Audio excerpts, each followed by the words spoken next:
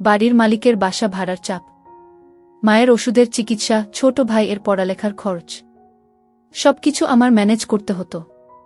খুব কষ্ট হতো আমার, যদিও আমি ছোটখাটো একটা চাকরি করতাম।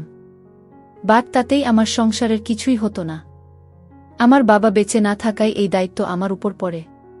কিন্তু একদিন আমার মা অনেক অসুস্থ হয়ে যায় এবং আমার প্রচুর টাকার প্রয়োজন পড়ে, যার ফলে আমি সিদ্ধান্ত নিলাম আমি আমার নিজেকে হয়তো কোথাও বিক্রি করে দিয়ে হলেও আমি আমার মায়ের চিকিৎসার টাকা জোগাড় করব। যার ফলে চুক্তি অনুযায়ী একদিন আমি এক রাজনৈতিক নেতার বাসায় গেলে সেখানে যা ঘটল তা শুনলে বন্ধুরা তোমাদের মাথা ঘুরে যাবে। বন্ধুরা, আজকের গল্পটি অনেক অনেক ইন্টারেস্টিং। আশা করি তোমরা পুরো গল্পটি শুনলে অনেক মজা পাবে। তবে বন্ধুরা, গল্পটি শুরু করার পূর্বে তোমাদের নিকট আমার ছোট্ট একটা অনুরোধ, তোমরা দয়া করে আমার চ্যানেলটিকে সাবস্ক্রাইব করে আমাকে সাপোর্ট করবা। তো তাহলে চলো বন্ধুরা, গল্পটি শুরু করি। হ্যালো বন্ধুরা, আমি রাহিলা আক্তার রুহি। আমি বাংলাদেশের একজন মেয়ে। আজকে আমি তোমাদেরকে বলব আমার নিজের জীবনের একটি বাস্তব গল্প। পরিবেশ, পরিস্থিতি আর অভাবের কারণে আমার জীবনটা কিভাবে এক কলঙ্কিত অধ্যায়ে পরিণত হয়েছিল সেই ঘটনা আজকে তোমাদেরকে সংক্ষেপে বলার চেষ্টা করব। একদিন রাত প্রায় 9টা বাজে। আকাশে ছিল গুঞ্জন বৃষ্টি আর আমার মনের মধ্যে চলছিল এক প্রবল চিন্তা। আমি ফোনে কথা বলছিলাম একজন ছেলের সঙ্গে। তার নাম রাহিয়ান রিফাত নীরব, এক ধনী রাজনৈতিক পরিবারের ছেলে। আমার জীবনের সব কষ্ট, মার ওষুধের টাকাটা জোগানো, ছোট ভাইয়ের স্কুল ফি দেওয়া আর বাড়ির মালিকের চাপ, সবকিছু মিলিয়ে আমি নিজেকে বিক্রি করার কঠিন সিদ্ধান্ত নিয়েছিলাম। আমি জানতাম এটা আমার জীবনের সবচেয়ে কঠিন মুহূর্ত। নিজের শরীরকে পণ্য হিসেবে বিবেচনা করা কোনো মেয়ের জন্য সহজ নয়। কিন্তু সেই রাতে আমার ভেতর একটা ভয়, লজ্জা আর হতাশার মিশ্রণ ছিল যা আমি ভাষায় প্রকাশ করতে পারি না। নীরব আমাকে একটা ঠিকানায় যেতে বলেছিল। আমি খুব ভয় পাচ্ছিলাম, কিন্তু পরিবারের জন্য ওষুধের টাকার কথা মাথায় রেখে আমি সেই ঠিকানার দিকে পা বাড়াই। বৃষ্টির মধ্যে ছাতা না নিয়েই ভিজে ভিজে সেই অন্ধকার রাস্তা পাড়ি দিতে দিতে আমার মন কেঁপে উঠছিল। হঠাৎ কয়েকজন ছেলে আমার দিকে এগিয়ে এলো। আমি ভয় পেয়েছিলাম, আমার হৃদয় থেকে ভয়াবহ একটা চিৎকার উঠল। তখনই আমি ছুটে গিয়ে একটা গাড়ির সামনে পড়ে যাই। গাড়ি থেকে নেমে এলো রিফাত নীরব। তার হাতে ছাতা, মুখে চিন্তার রেখা। আমাকে বাঁচান প্লিজ, চোখে পানি নিয়ে আমি বললাম।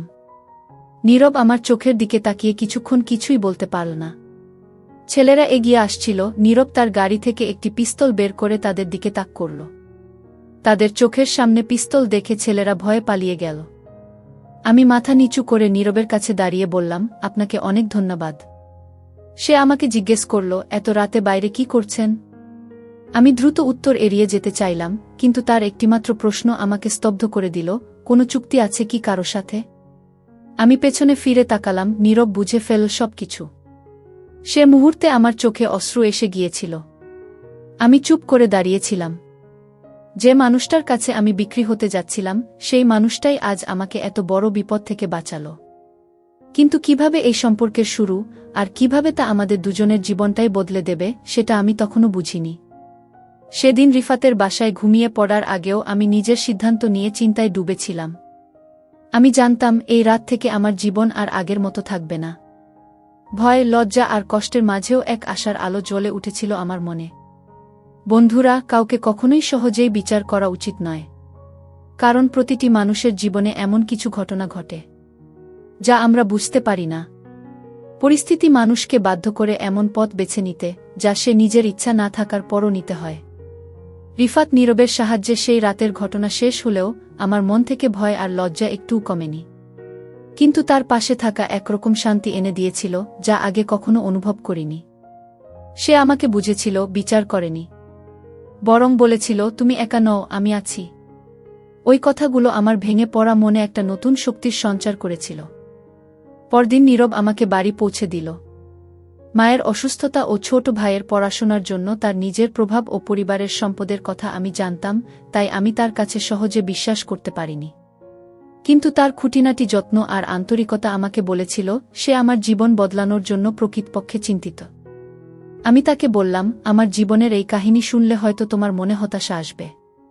সে হেসে বলল, তুমি কথা বলো, আমি শুনব। কোনো বিচার নয়। ধীরে ধীরে আমি আমার জীবনযাত্রার কঠিন সময়গুলো খুলে বললাম, মায়ের অসুস্থতা, বাবার অনুপস্থিতি, আর নিজের জন্য কোনো উপায় না থাকার বেদনা। নীরব আমার গল্প শোনার সময় কখনোই বিরক্ত হয়নি। সে আমাকে বলেছিল, কঠিন সময় কাটিয়ে উঠে জীবনে নতুন সূচনা সম্ভব। তার এই আশ্বাস আমাকে ভিতর থেকে শক্তি দিয়েছিল। আমার মনে হলো হয়তো এখন থেকে জীবন একটু ভালো হবে, কেউ আছে আমার পাশে। কিন্তু নীরবের পরিবারের মানুষগুলো তাকে ভিন্নভাবে দেখত। তারা তার জন্য সামাজিক মর্যাদার কথা ভাবত, আর আমার মতো এক সাধারণ মেয়েকে মানতে চাইত না। আমি জানতাম এই প্রতিবন্ধকতাগুলো পেরোতে আমাদের বড় লড়াই করতে হবে। কিন্তু নীরব আমার পাশে ছিল, আর আমি তার বিশ্বাস হারাতে চাইনি। আমরা একে অপরকে সময় দিয়ে বুঝতে শুরু করলাম। আমি তার পড়াশোনা, পরিকল্পনা ও ভবিষ্যৎ নিয়ে কথা বললাম। সে আমাকে বলল, শিক্ষা আর পরিশ্রমী মানুষের জীবনের প্রকৃত সম্পদ। আমি ঠিক করলাম নিজেকে বদলানোর জন্য সঠিক পথ ধরব, আর কেউ যা বলুক তার চেয়ে নিজের মূল্যবোধকে বড় করব। পরিবারের আর্থিক সংকট ও সামাজিক চাপ মোকাবিলা করতে গিয়ে আমি বুঝতে পারলাম, জীবন কখনোই সহজ নয়। কিন্তু জীবনের প্রতি বিশ্বাস আর ভালোবাসা থাকলে সব বাধা পেরোয়া যায়। নীরব আমার জীবনে প্রথম মানুষের মতো হয়েছে, যে আমাকে বিচার করেনি, বরং সাহস জুগিয়েছে। এই গল্প তোমাদের জন্য বলছি, যারা হয়তো জীবনে কখনো কঠিন সময়ের মুখোমুখি হয়েছেন। কখনো হার মানো না, কারণ ভালো মানুষের দেখা মিলতেই পারে অপ্রত্যাশিত সময়ে। কঠিন পরিস্থিতি থেকে সাহস নিয়ে উঠে দাঁড়ানোর জন্যই জীবন সুন্দর। নীরব আমার জীবনে এক নতুন আলো নিয়ে এলো। সে শুধু বন্ধুর মতো নয়, আমার জীবনের সব সমস্যার একটা অংশে সাহস এবং সমাধানের পথ দেখাতে শুরু করল। প্রতিদিন আমরা দুজনেই একসাথে পড়াশোনা করতাম, তার সাহায্যে আমার আত্মবিশ্বাস বেড়েই চল। আমি বুঝতে পারছিলাম নিজের উন্নতির জন্য শিখতে ও পরিশ্রম করতে হবে, আর সেই পথেই আমি হাঁটছি। তবে পরিবারের লোকেরা আমার উপর চাপ সৃষ্টি করছিল। তারা বলতো, এই জীবন তোমার জন্য নয়, তুমি অন্যদের মতো চলো। কিন্তু আমি জানতাম তাদের কথা মেনে চললে আমি কখনো স্বাধীন হতে পারব না। নিজের স্বপ্ন পূরণ করতে হলে আমাকে লড়াই চালিয়ে যেতে হবে। আমি নীরবের কাছ থেকে শক্তি পেলাম এই লড়াইয়ের জন্য। আমাদের ছোট্ট সংসারে এখন ছোট ভাইয়ের পড়াশোনা আর মায়ের ওষুধের জন্য অর্থ সংগ্রহ করাই এক কঠিন চ্যালেঞ্জ। আমি বিভিন্ন ছোটখাটো কাজ করতে শুরু করলাম, যাতে কিছু টাকা জমাতে পারি। নীরব আমাকে উৎসাহ দিত, বলতো, তুমি পারবে, সব ঠিক হয়ে যাবে। তার এই বিশ্বাস আমাকে আরও প্রেরণা দেয়। একদিন নীরব আমাকে বলল, তুমি পড়াশোনা ছাড়ো না, তুমি নিজেকে উন্নত করো। পরিশ্রম করলে ভাগ্য বদলে যাবে। আমি সেই কথা হৃদয় থেকে মেনে নিয়েছি। নিজের পরিচয় গড়ে তোলার জন্য পড়াশোনা আর কাজ দুটোই চালিয়ে যেতে হবে। জীবনে শিক্ষা আর স্বাবলম্বিতা খুব গুরুত্বপূর্ণ। আমাদের বন্ধুত্ব ধীরে ধীরে গাঢ় হচ্ছিল। আমি বুঝতে পারছিলাম জীবনে সঠিক মানুষের পাশে থাকার গুরুত্ব কত বড়। আমরা দুজনেই জানতাম সামাজিক দৃষ্টিভঙ্গি আমাদের জন্য বড় বাধা, কিন্তু সেটা আমাদের হাল ছাড়ার কারণ হতে পারে না। আমরা একসাথে কঠিন সময় কাটাব। একদিন মায়ের স্বাস্থ্য সম্পর্কে খারাপ খবর পেয়ে আমি হতাশ হয়ে পড়েছিলাম। নীরব এসে বলল, রুহি, দুঃখ পাওয়া সহজ, কিন্তু তোমার মায়ের জন্য তোমাকে আরও শক্ত হতে হবে। সে আমাকে বোঝালো, কষ্টের মাঝে থেকেও যেন আমি হাল না ছাড়ি, কারণ জীবনের যাত্রা কখনোই সহজ হয় না।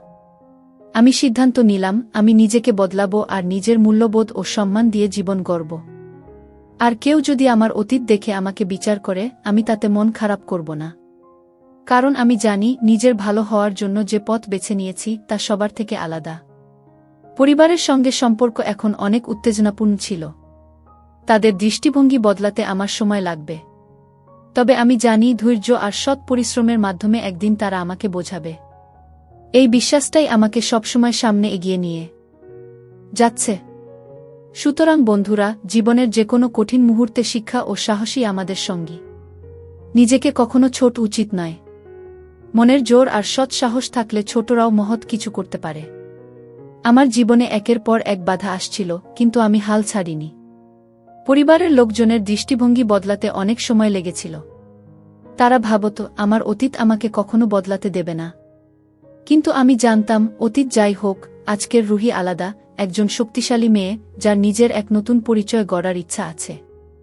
একদিন ছোট ভাইয়ের স্কুলের মাসিক পরীক্ষা ছিল। আমি স্কুলে গিয়ে তার পাশে ছিলাম, তাকে উৎসাহ দিয়েছিলাম। ছোট ভাইয়ের চোখে সে আনন্দ এবং বিশ্বাস আমি দেখলাম, যা আমার সকল ক্লেশ ভুলিয়ে দিল। সেদিন বুঝলাম পরিবারের জন্য আমার সংগ্রাম কতটা গুরুত্বপূর্ণ। নীরব এখনও আমার পাশে ছিল, শুধু ভালোবাসা দিয়ে নয়, বরং মনের অবস্থা বোঝার জন্য। সে কখনোই আমার প্রতি অসম্মান দেখায়নি বা আমার প্রতি অযথা প্রশ্ন তোলেনি। তার এই সম্মান আর শ্রদ্ধা আমাকে জীবনের নতুন দিক দেখাচ্ছিল। আমি স্বপ্ন দেখতে শুরু করলাম যে একদিন আমি নিজের পায়ে দাঁড়াব। আমাদের চারপাশের মানুষদের মাঝে অনেকেই আজও আমার প্রতি অবিচার করত। গলি মহল্লার কথাবার্তা আমার কানে আসত, কিন্তু আমি নিজের পথে হাঁটতে বাধ্য ছিলাম। জীবনের সমস্ত দুঃখ দুর্দশাকে আমি নিজের শক্তিতে পরিণত করলাম। এই শিক্ষণটা আমার সবচেয়ে বড় শিক্ষা। নিজের পড়াশোনায় আমি আরও মনোযোগী হলাম। পড়াশোনার মাধ্যমে জানলাম মানুষ কিভাবে সমাজের বদল আনতে পারে। আমি অনুভব করলাম নিজের ক্ষমতা বিশ্বাস করলেই জীবনে যে কোনো বাধা পেরোয়া সম্ভব। আর তাই আমি এখন শুধু নিজের জন্য নয়, নিজের পরিবারের জন্যও লড়ছি। একদিন মায়ের অসুস্থতা বেড়ে গেল। চিকিৎসা খরচ অনেক বেড়ে গেছে। আমি যখন হতাশ হচ্ছিলাম তখন নীরব আমাকে সাহস দিল। বলল, তুমি শক্ত থাকো রুহি। এই সময় কেটে যাবে, আমরা একসাথে সব বাধা পার করব। তার কথা শোনার পর আমি আরও দৃঢ় হলাম। আমাদের মধ্যকার সম্পর্ক আরও ঘনিষ্ঠ হয়ে উঠল, কিন্তু সবসময় বন্ধুদের মতো। আমরা একে অপরের অনুভূতি বুঝতাম, কিন্তু সম্মান বজায় রেখেই সম্পর্ক চালাতাম। কারণ আমি চাইছিলাম আমাদের সম্পর্ক যেন সমাজের কাছে একটি শিক্ষণীয় দৃষ্টান্ত হয়, যে সম্মান আর বিশ্বাস ছাড়া কোনো সম্পর্ক টিকে থাকতে পারে না। আমাদের ছোট্ট সংসারে এই সময় কিছু পরিবর্তন এসেছে। আমি বুঝতে পেরেছি জীবনে সামান্য পরিবর্তনও বড় প্রভাব ফেলতে পারে। আর সেই বিশ্বাসেই আমি প্রতিদিন কঠোর পরিশ্রম করি, যেন ভালো জীবনের পথে আমার পদক্ষেপ দৃঢ় হয়। জীবনের প্রতিটি অন্ধকার অধ্যায়ের পরে আসে একটি নতুন সূর্যোদয় আসে। শুধু সাহস রাখতে হবে, নিজের প্রতি বিশ্বাস রাখতে হবে। আমিও এই বিশ্বাস নিয়ে এগিয়ে যাচ্ছি। আমার জীবনে আজ এক নতুন অধ্যায় শুরু হয়েছে।